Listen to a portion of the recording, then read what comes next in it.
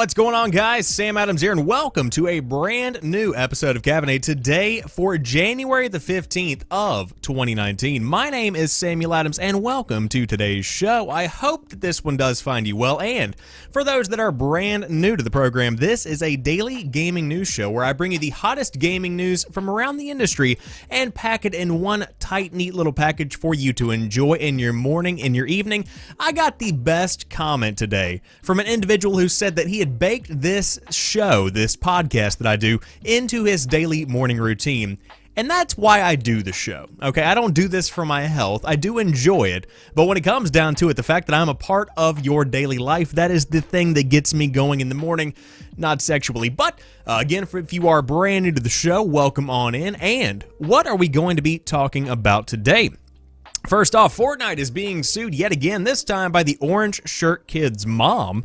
And this one has literally no foundation to it. There is no reason for this lawsuit to exist. Speaking of Fortnite, there is a brand new update that adds some ice-related mysteries. Could this be Kevin Part 2, Kevin being the giant thing that happened to Loot Lake? It very well could be, especially as we approach the next season of Fortnite content. Fans of NBA 2K are going to be glad to hear that licensing deals have been made because the game is not going anywhere anytime soon, without a doubt. In addition to this, the real Pinkertons are not happy with Red Dead Redemption 2, and therefore a lawsuit has been filed, along with a countersuit, which just adds to the mystery, if I do say so myself. In addition to this, fans of Just Dance will be glad to hear there is a brand new movie coming out based on Just Dance, according to a report. Ubisoft has canceled a sci-fi game that was never technically announced, just hinted at.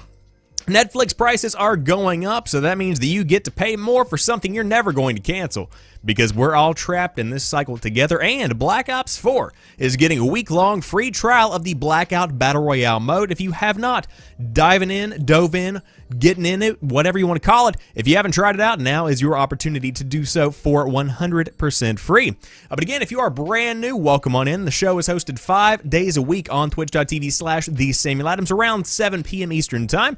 Then it's put up on youtube.com/SamuelAdamsMedia, then on podcast services around the world. And you can find all of those links for the audio version of the show at anchor.fm/SamuelAdams. But without further ado, let's go ahead and dive into the main news of the day. First off, Fortnite is being sued again, this time by the orange shirt kid's mom. And meanwhile, Forza has removed Carlton and Floss emotes from their game as well. And that's kind of a twofold story, if you will. What's more viral than a viral dance move? Word that you can sue Epic over emotes, apparently, as yet another lawsuit has been filed against the developer, this time by the mother of the orange shirt kid. Yet, unlike its predecessors, the plaintiff gave permission for his dance to be used in the game, making this case rather odd. Let me reiterate this. There has been permission given to Epic Games to use the dance in the game. There is no basis to this lawsuit whatsoever. Blowing my mind. But the lawsuit filings, as spotted by Variety, allege Epic is guilty of unauthorized misappropriation of the orange shirt kid's dance, originally called the Random. Along with his apparently well-known catchphrase, it's also a great exercise move. Quote, like selling a cheap knockoff, defendants sold the random dance in-game and simply renamed it to Orange Justice, the lawsuit states. Defendants did not credit Orange Shirt Kid nor seek his consent to use, display, reproduce, sell, or create a derivative work based on Orange Shirt Kid's random dance or likeness in Fortnite. The lawsuit is seeking unspecified damages. If I had to guess, probably a pretty penny. As Variety highlights, however, the suit does not mention the orange shirt kid willingly entered his dance in Fortnite's Boogie Down contest, a competition to create a new emote for the game. Orange Shirt Kid submitted the dance via a series of since-deleted tweets, and Epic's terms and conditions for the competition state contestants would not be paid for their submissions, and would also have to hand over the rights. And to be fair, the emote was never put on sale, as it was given away as a reward on the free Battle Pass. If you've seen the youth, the kids, the children of today doing the dance and wondered about its origins, Orange Shirt Kid became hugely popular in the Fortnite community due to the dance he created for the aforementioned Boogie Down contest. But despite the popularity of the dance, Orange Shirt Kid was originally unsuccessful at catching Epic's attention and only got his dance added after the community mounted a campaign to put it in the game. Hint, the emote being called Orange Justice, it's because justice was indeed served. So, of course, they go on to talk more about the Backpack Kid and even the Carlton Fresh Prince of Bel-Air suit that we have going on right now. But It all seems to have spooked some game developers, such as Playground Games, which will today remove Forza Horizon 4's Floss and Carlton avatar emotes as part of its Series 5 update. So it looks like even if Epic Games is not scared, other developers are. Now, this is something that is very dangerous because this lawsuit is changing other games. It's not the fact that Fortnite is going to be changing, it's the fact that people are beginning to take action against these in-game emotes that are based off of real-world dances. And this is a conversation we've been having for the past couple of months because there have been professional artists as well as amateur dancers that have come forward and complain about the fact that there is no kind of appropriation being used whenever you're talking about these dances that are in Fortnite. Should money be changing hands? You know, should there be some kind of accreditation of some kind? It's a lot of, stuff to break down, but at the end of the day, especially when it comes to the orange shirt kid, if you entered into the Boogie Down contest, there is no money coming your way. That's pretty much what it comes down to. You may as well drop the case right now because once you've signed the rights over, well, guess what? They're pretty much gone. Now, I can't really blame these people because at the end of the day, whenever you're talking about the orange shirt kid or the flossing kid, whatever you want to call these dances, they are in a game that is the most popular game in the world in some way, shape, or form. And so to not try and get a couple of bucks out of Epic Games, I mean, you might regret it later on if you did, in fact, have something to stand on. But hey, you can't win them all. So, if you were curious as to what was going on with the Fortnite dances, then this is pretty much where we stand right now. We're still talking about it. Now, Tiff in the chat says, I'd rather watch Caffeinate than study, and that says a lot about me. I'd rather watch Caffeinate than do most things in life because this is the best show on the internet. Moving on to the next story of the day, Fortnite's new update adds some ice-related mysteries, and we have yet another teaser for what's coming in the next season of the ever-popular game. Fortnite's latest update brought scoped revolvers, brought back the ability to redeploy gliders, and added new mysteries that players are already unraveling. Patch 7.2 dropped this morning, a day after Fortnite development studio Epic announced that it would let players redeploy their gliders, a contentious feature that was removed from the game in November. It turns out gliders weren't the patch's biggest details. There were some big surprises. One of these is a mysterious ice orb that's appeared over Polar Peak. If you get close to the orb, your screen ices over and turns white. It is unclear what the orb will do, but players are already comparing the orb to Kevin, last season's cube, including, of course, debating what to name it.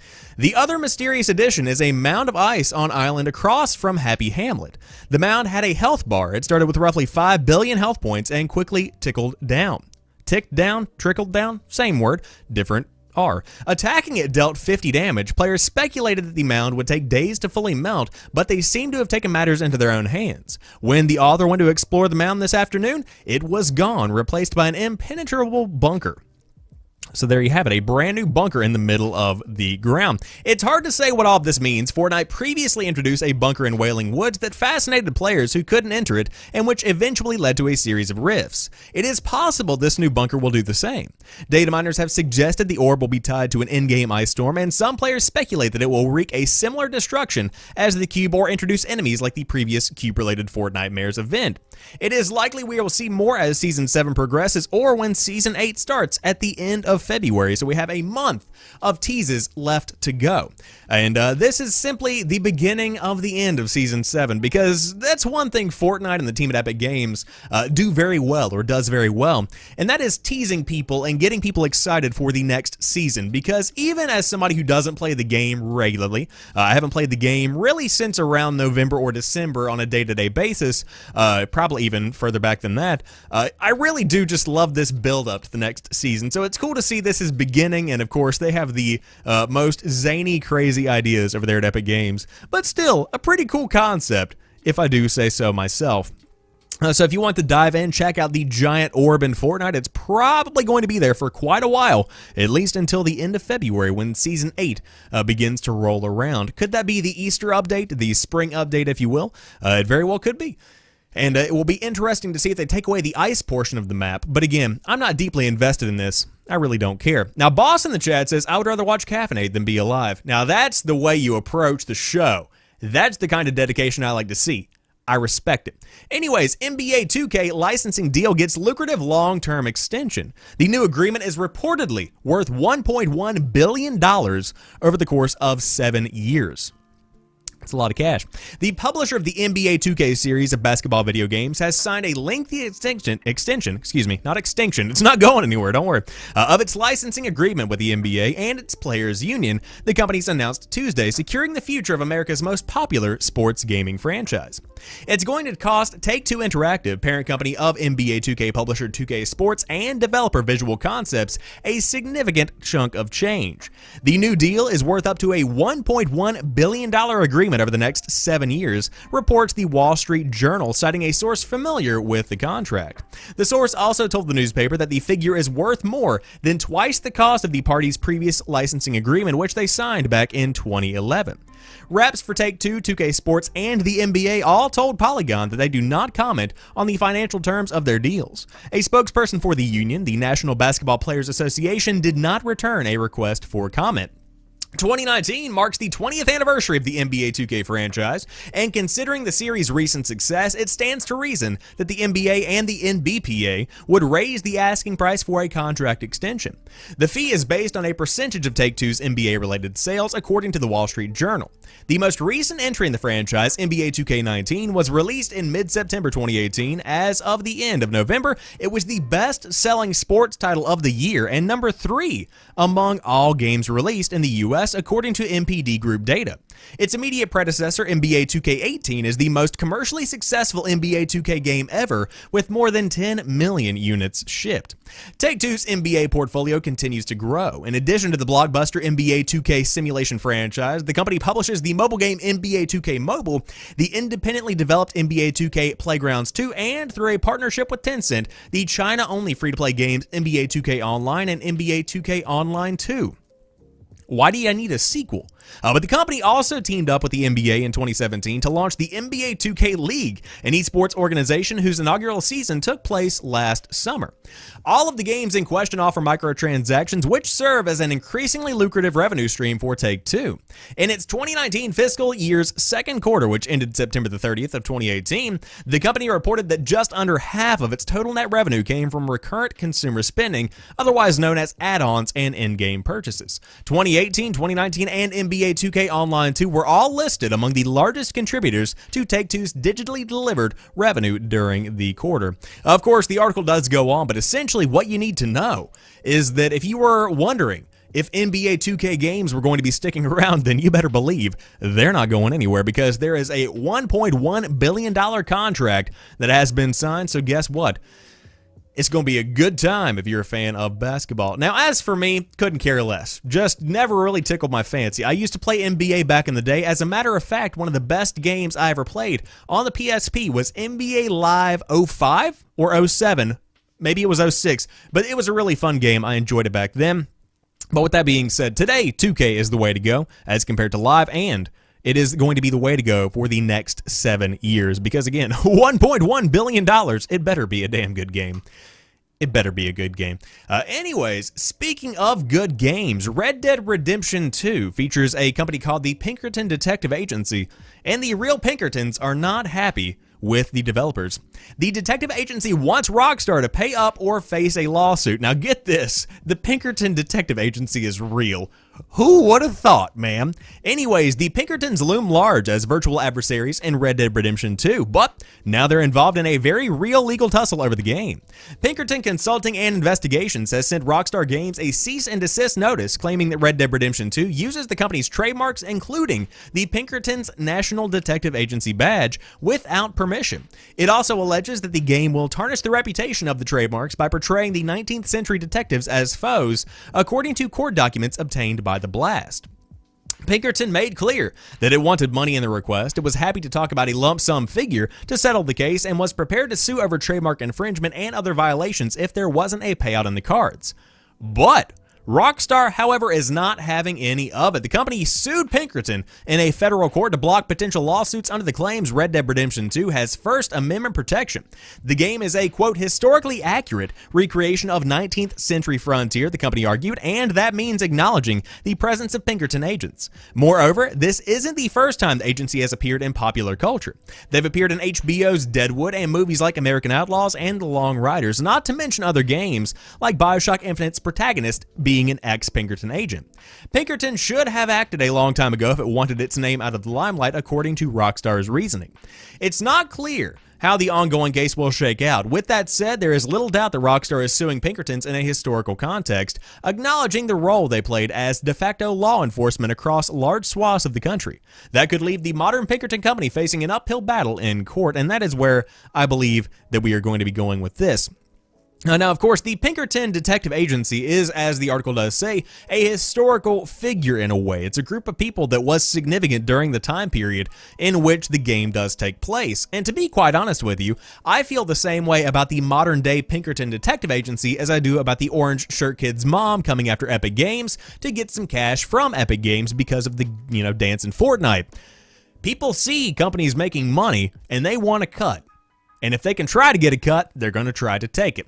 That's pretty much what's happening here. Now, I doubt there's going to be any kind of offense. I really don't think anybody actually cares about the fact that the Pinkerton Detective Agency is a real company. But again, money makes people do some crazy things, including suing a company, even though you're never going to win this lawsuit.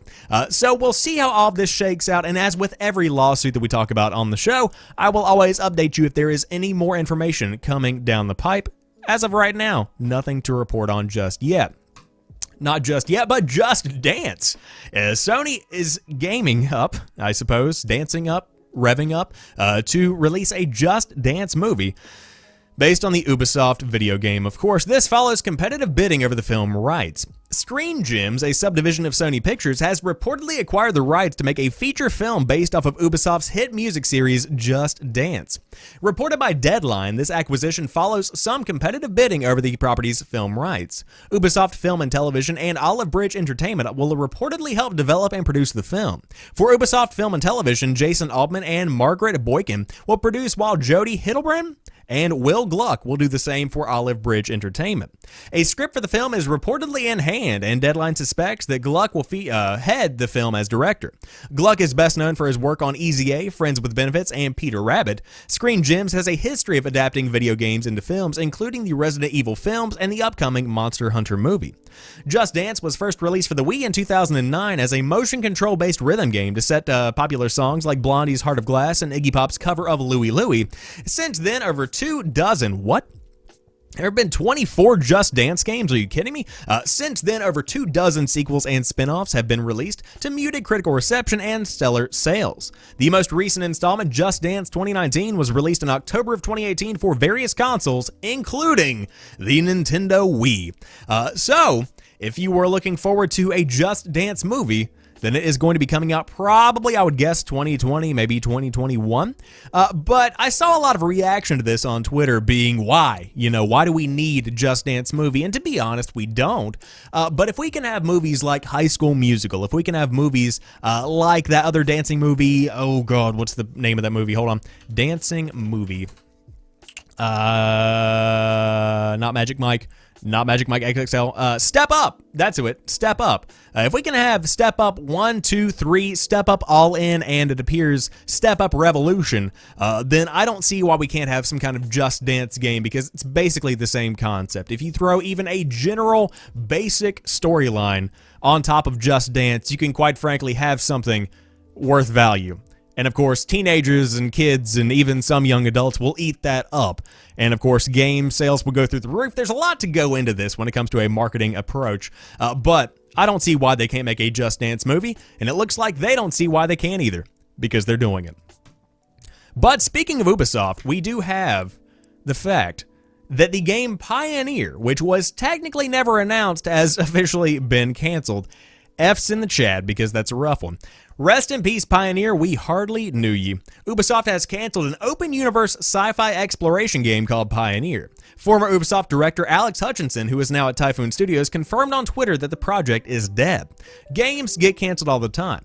What's crazy about this one is that it was never officially revealed by Ubisoft. Watch Dogs 2 had a mission where the objective was to break into a video game studio, steal a top-secret trailer, and then sell it to the game's press. The trailer is the video that's embedded above for a game called Pioneer. However, Kotaku discovered that Pioneer was a real project that was in development. In 2016, when Watch Dogs 2 was released, it was already in trouble. Ubisoft had reportedly changed Pioneer's leadership team around and reworked some core concepts. Once on track for a 2017 reveal, Ubisoft pushed that back because it was not ready to show. At the time, Ubi wouldn't comment on the meta game that was evidently also a very real game. Now, it's dead. It'll live on in the Watch Dogs 2 universe, but it's scrapped in our real world. And that's how a game that was technically never announced can be canceled in a semi-high profile way. Now, I believe I made a video on this whenever we first discovered that it was actually an actual game, I guess is the best way to put that. But again, nothing that's surprising here because there was never anything that was concrete about the game. We didn't know what it was, just the fact that it was an open world sci-fi exploration game. And in a world where No Man's Sky has fallen on its face as much as it has, even with the giant resurgence that it saw when they actually fixed the game over there at, what's the name of the company? Hold on. No, Hello Games. Now that they fixed it over at Hello Games, I don't see why this actually needs to exist. Had a brain fart there. I apologize. But overall, if you were looking forward to the weird Watch Dogs 2 in-game game that was actually a real game, you're never going to be able to play it because it's dead. But hey, it could come back in 20 years. We don't know what's going to be happening with that. But if you don't want to play games, if you just aren't into it, number one, why are you watching this podcast? I mean, really, there's no point in you being here if you don't like games, unless you're just really into gaming press. But even more so, there are other forms of entertainment for you, including one by the name of Netflix. You might have heard of it. They have a pretty good lineup. However, it's getting more expensive because they are raising prices yet again. Netflix has announced that the service will once again be raising their prices on all plans, meaning that every plan now requires payments of over $100 per year. The streaming company has announced the price goes into effect today for new customers and in the coming months for existing ones. The $8 plan is going up to $9. The middle tier, which is the most common plan according to Netflix, goes from $11 to $13, and the premium plan, which allows 4K and Ultra HD streaming, jumps from $14 to $16, making it one of the most expensive streaming services on the market. Netflix is no stranger to price increases, as the company is increasingly trying to figure out how to make the service financially viable. Despite the massive number of subscribers and number of viral hits, Netflix has been losing far more money than it is making, with expected negative cash flows in the billions. As more and more companies start pulling away to launch their own services like Disney, Netflix is in the unenviable? They're not envious of them, I know what that one means, position of needing to charge more while simultaneously losing more content. That means they have to fill gaps with their own content, which also costs truckloads of money to make. And of course, there is the assumption that there are still more Marvel shows to cancel in the meantime. But this is a big piece of news, not necessarily for gaming culture, but for people in general, because Netflix is so ubiquitous in modern culture when it comes to how you spend your evenings, how you spend your weekends, how you go on dates even, how you live your life. Netflix is becoming something of a subscription-based YouTube where you're just kind of expected to have it in a way. And not only that, the content that they're pumping out is genuinely good stuff. I mean, if you look at stuff like Black Mirror with Bandersnatch, if you look at stuff even like the original stuff that they put out about making a murderer and stuff like that, there is just so much content that they're making and so many good shows that they are developing that it makes sense for them to raise their prices because there is so much quality content being pumped out by the company itself. They're essentially cutting out the middleman, and with that, you are losing a lot of help in the process, and with that, also losing a lot of funding. So again, is a $1 to $2 increase going to shake off a lot of people? Probably not, to be honest with you. More likely than not, people never even realized the prices were being, raised to begin with. They just kind of pay the bill or they have it set to auto pay, and they quite honestly forget that they even have it half of the time. I don't really watch that much Netflix, but whenever I do, it's nice to have it, and so I don't really worry that much about where the money goes every single month. With that being said, again, some people are on a tight budget. A lot of people are in college, a lot of people are in high school, and some of them don't have parents paying for that bill. Some of them are really tight on cash, and so for it to go from basically around $7 a couple of years back to now $9 to $16, basically depending on what style of the service you get, that's a lot of money for some people. I mean, that's a trip to McDonald's, which is a dinner for you one night. Please don't eat at McDonald's. Try for something higher like ramen or water. No, I'm just kidding. But whatever you eat while you watch Netflix, just know that when you're watching Netflix, it's going to cost you a little bit more money. Never a good time. But hey, guess what? The best things in life are free, including Black Ops 4's Blackout Battle Royale mode, because right now there is a week free trial of the Battle Royale that was supposed to sweep the nation, and it sort of kind of did, but it kind of fell flat on its face. Again, all of that up for debate. You should dive in and give it a try. Anyone who couldn't quite pull the trigger on Call of Duty Black Ops 4 is getting a golden opportunity to see what all the fuss is about. The game's most notable mode, the Blackout Battle Royale, is the subject of an upcoming free trial. Activision is throwing a week-long Blackout trial from January 17th until January the 24th. It's available on every platform, PC, PS4, and the Xbox One, and this comes a little more than 3 months after Black Ops 4 originally released, and I would say about a month and a half after they announced the kind of mid-tier entry-level multiplayer-only version of the game that was released via PC exclusively. Of course, this is not the full Black Ops experience. It is without zombies and, of course, the standard Call of Duty multiplayer. It does, however, showcase the most novel addition to Call of Duty in a number of years. Even if it is just chasing a trend, it does so in an undeniably enjoyable way. And again, that's kind of up for debate. I'm not that big of a fan of it myself, but hey, the map is beautiful and the game runs very well. Just the sheer size of it is impressive for me. That's what she said.